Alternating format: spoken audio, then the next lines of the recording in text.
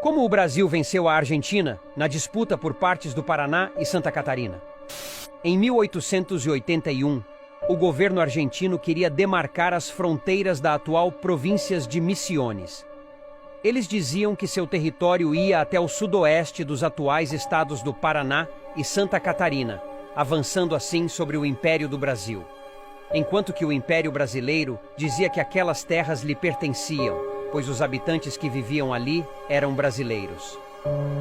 Este é um mapa que, segundo os argentinos, mostra que muito antes dos brasileiros chegarem por lá, as terras já lhe pertenciam.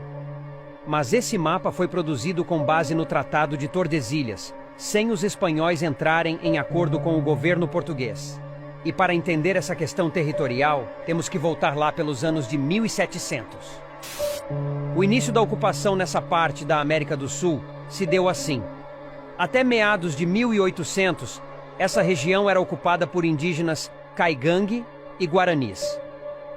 Em 1750, alguns brasileiros na região que hoje é o Paraná e Santa Catarina começaram a ocupar terras rumo ao oeste. E houve muitas guerras entre pequenos agricultores e os indígenas da região.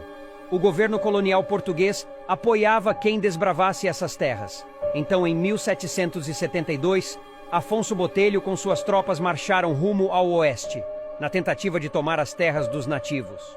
O resultado da missão foram as tropas de Botelho sendo completamente derrotadas pelos indígenas.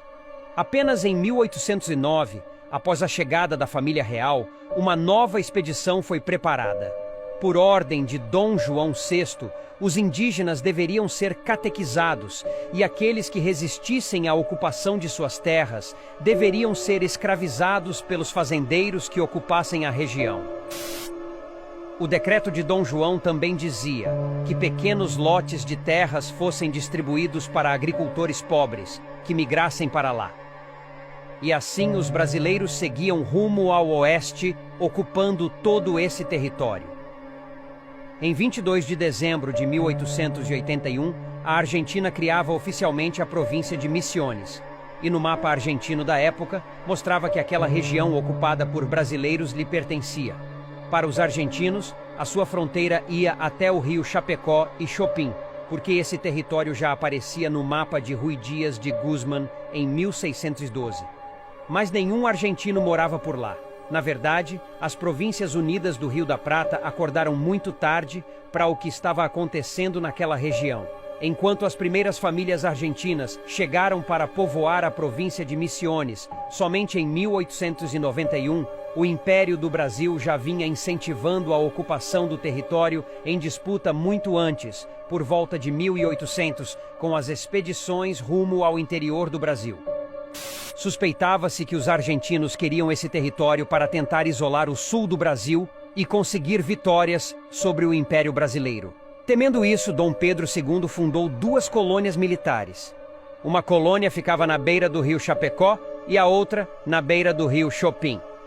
Antes do Império vir a República, os 2 países aceitaram que a disputa pelo território seria solucionado por arbitramento. 1 ano após a queda do Império Brasileiro, as 2 nações aceitaram fazer um acordo. E foi assinado o Tratado de Montevidéu. Pelo lado brasileiro estava Quintino Bocaiúva, ministro das Relações Exteriores do governo. E pelo lado argentino estava o chanceler Stanislau Zeballos. O tratado dizia que a região disputada deveria ser dividida ao meio, entre ambos os países. Mas o Congresso Nacional do Brasil não aceitou os termos do tratado, considerando que o diplomata brasileiro extrapolou as suas atribuições, tendo feito excessivas concessões territoriais à Argentina, inclusive porque não haviam moradores argentinos na região, apenas brasileiros. A questão foi submetida ao arbitramento do presidente estadunidense, Grover Cleveland. José Maria Paranhos Júnior, o barão do Rio Branco, que exercia até então as funções de cônsul-geral em Liverpool, foi escolhido pelo presidente Floriano Peixoto para representar o Brasil. Ele apoiou-se no princípio do uti possidetis, da época da independência, que quer dizer, aquele que ocupou as terras primeiro tem direito a elas, Então comprovou a presença brasileira na região até os rios Peperiguaçu e Santo Antônio, desde o século XVII. Ele também apresentou a interpretação correta do mapa de 1749 e das instruções especiais dadas aos comissários demarcadores da fronteira, estabelecida pelo Tratado de Madrid.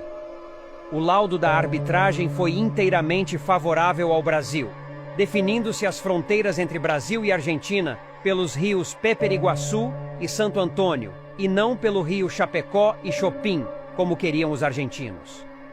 E assim, aquela região passava a fazer parte oficialmente do Brasil e terminava a disputa com a Argentina. A cidade de Clevelândia, no estado do Paraná, teve o nome dado em homenagem ao presidente americano, e também Dionísio Cerqueira, em Santa Catarina. Recebeu esse nome porque, na época, o chanceler do Brasil era o general Dionísio Evangelista de Castro Cerqueira. É claro que esse vídeo não conta todos os detalhes, reclamações e disputas por partes do território do Paraná e Santa Catarina. É apenas um resumo, mas se você gostou do vídeo, deixe seu like. E até a próxima.